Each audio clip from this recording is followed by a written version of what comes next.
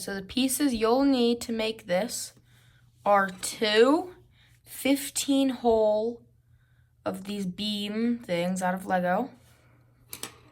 You'll need 1 11-hole beam. You'll need 2 3-hole beams. And you'll need 2 of the slick long pieces. And you'll need 1 of the not slick one. Now the color doesn't matter when you're using them. So just try to find the slick ones and the unslick ones and separate them. Because the first step you'll need is you need to take 1 of the little 3-hole beams, sticking the smaller side in, put the slick ones on the edges,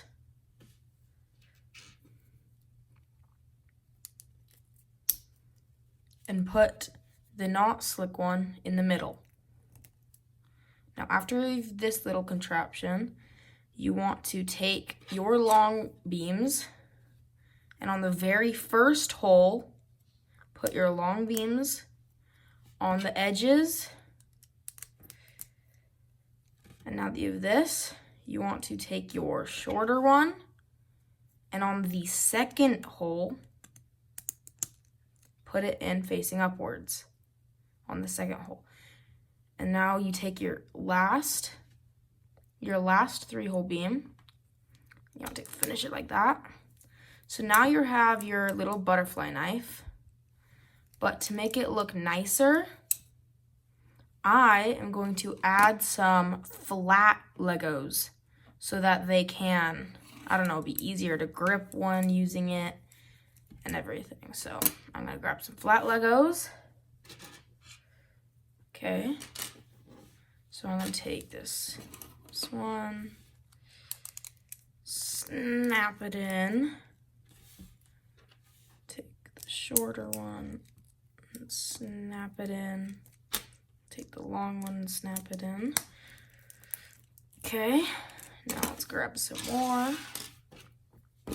Again, take the shorter one, snap it in,